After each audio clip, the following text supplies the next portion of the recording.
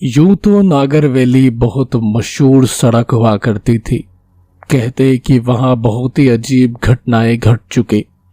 कुछ कहते कि आए दिन वहां कोई ना कोई सड़क हादसा तो कहीं कोई हत्या उस मनुष्य सड़क पर होती ही रहती है। समझ ही नहीं आता कि ये पुलिस कर क्या रही है। अरे भाई, बस की बात नहीं तो केस सीबीआई को क्यों नहीं सौंप देते ये लोग। हाँ भैया, वही तो। नागरवेली तो मानो जैसे मुर्दों का गढ़ ही हो गई है। मैंने तो कई साल से उस सड़क का इस्तेमाल तक नहीं किया। अब तो दूर से नजर जाते ही अंदर डर सा पसीज जाता है। गणेश और नदीम ये बात कर ही रहे थे कि पास बैठे सुरैया ने कहा, अरे लो भाई, जिस सड़क की तुम लोग बात कर रहे हो ठीक उसी सड़क के बारे में एक और खबर आई है अखबार में। ई सुनो। उमेरपुर के नागरवेली इलाके क्षेत्र में बीती रात कुछ हत्यारों ने एक 24 साल की लड़की का बेरहमी से रेप और हत्या कर दी। इसमें लिखा है कि लड़की का गला इतनी बेरहमी से रेता गया है कि पढ़ते पढ़ते सुरैया घुटक निकल चला। कि क्या? आगे बोलो सुरैया। नदीम सुरैया की ओर देखने लगा कि जब पुलिस वालों ने बोड़ी उठाई तो लड़की की गर्दन लटक कर झूल गई। हे राम! गणेश और नदीम का मन पसीज गया। ये हरामजादे हत्यारे ना जाने इन जैसे कमीने जन्म ही क्यों लेते हैं। राम करे ऐसे लोग जल्द से जल्द पकड़े जाए। ना जाने किस वेश में घूम रहे होंगे। सुरैया गणेश की बात से सहमत होते हुए आगे कहने लगा, सूत्रों के अनुसार लड़की उमेरपुर के कस्बे की मानी जा रही है। पुलिस छानबीन में जुटी है कि उमेरपुर की किस बस्ती से ताल्लुक रखती है। बहरहाल बॉडी का पोस्टमार्टम कर मोर्चरी में रखवा दी गई है। अब भैया देखो, पुलिस कुछ छानबीन में तेजी दिखाए तो आने वाले हर कत्ल बच जाए ना जाने अभी यह सड़क और कितनों की बलि लेगी। ना जाने अभी कितनी और मासूम जाने जाएगी। सुरैया की बात खत्म होते ही नदीम कह चला, क्या खाक होगा। मैं तो कहता हूं जांच सीबीआई को सौंप दो। वो ही अब इस सड़क को खोद कर निकाल सकते हैं कि आखिर कहां किस नींव में कमी है। कत्ल और हत्यारे यूं ही पकड़े जाते तो कब के पकड़े गए होते ना। ये कोई 8वीं बार इस सड़क पे हादसा हुआ है। और हादसा ही क्यों, एक परिवार की 24 साल की बच्ची बलि चढ़ी है। हाँ भाई नदीम, तुम सही ही कहते हो। एक चाय की चुस्की लेते हुए गणेश भी कह चला, देखो अब आगे क्या होता है। हम तो बस बातें ही कर सकते हैं, आखिर हमारे हाथ में और है ही क्या उम्मीद के सिवा। अब तीनों चाय पीने के साथ ही अपने काम काज और गांव बेरात की बातें करने लगे। सुरैया, नदीम और गणेश ये तीनों उमेरपुर के एक ही गांव से ताल्लुक रखते हैं और जिस गांव में ये लोग रहते हैं ठीक उसी गांव से कुछ किलोमीटर दूर पड़ती है नागरवेली सड़क, जहां की रातें दिन से कई ज्यादा डर पैदा कर जाती है। मानो अंधेरा सड़क को नहीं, सड़क अंधेरे को निकल जाती हो। सलीम अपनी रोजमर्रा की हरकतों से बाज नहीं आने वाला था। आज वो फिर अपने घर वालों से नजरें बचाकर कार घर से ले निकल भागा था। एक तो घर में इकलौता और ऊपर से लड़का। बहुत फर्क पड़ता है जब हाथों से भी निकल जाए। मनमानियों में चूर और हर फरमाइशें मानो उंगलियों पे धागों सी लिपटी हो। जिस डोर को खींचता वो पूरी हो जाती। सलीम एक यंग लड़का, उम्र कोई 26 साल रही होगी उसकी। बाल बिखरे और लंबे, आंखों पे चश्मा और दाएं हाथ में 3 सोने की अंगूठियां। अमीरियत उसकी कार से नहीं मगर उसकी हरकतों से बयां होती थी।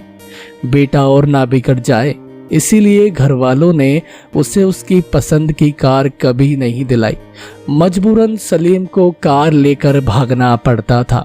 यही रंगीन जिंदगी थी उसकी, जिसका पल पल वो अपने बिगड़ चुके दोस्तों के साथ बिता रहा था। असल में सलीम को गांव से दूर शहर की ओर जाना था, जहां उसके एक दोस्त की क्लब पार्टी चल रही थी, जो कि रात 12 बजे से सुबह 4 बजे तक फिक्स थी। ऐसी पार्टी सलीम कभी मिस नहीं कर सकता था। ऑलरेडी लेट हो जाने के कारण वो कार गांव की सड़कों पे दौड़ा रहा था। गांव से शहर की दूरी पार करने में उसे रात लगने वाली थी। सलीम बेटी के आ रहा है ना उदय की पार्टी में? मरवर तो नहीं गया तू?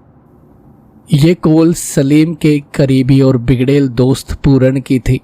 अबे आ रहा हूं, तू क्या जाने कितना खड़ूस बाप है मेरा। बड़ी मुश्किल से कार निकाल कर लाया हूं। अच्छा वो सब ठीक है, तू मुझे कहां से पिक करेगा? पूरन ने कहा। मैं तुझे मोहल्ले से उठा लूं? अरे नहीं, मोहल्ले से नहीं, मैं पैदल ही आ जाऊंगा मेन सड़क तक। तू किचवाड़ी चौराहे पे मिल। और सुन। हाँ बोल। तेरे लिए मस्त ब्रांडी और इंग्लिश भरकर लाया हूं बैग में। दोनों भाई पूरा दिन नशे में भागड़ा करते हुए जाएंगे। अरे जियो, ये हुई ना बात। ले इसी बात पे तेरे लिए कार की स्पीड और बढ़ा दी। अपनी कार की स्पीड बढ़ाता हुआ सलीम अब नशे के लालच में और आगे निकल चला। जब सलीम किचवाड़ी चौराहे पे पहुंचा तो पूरन वहीं साइड में खड़ा उसे हाथ दिखा रहा था।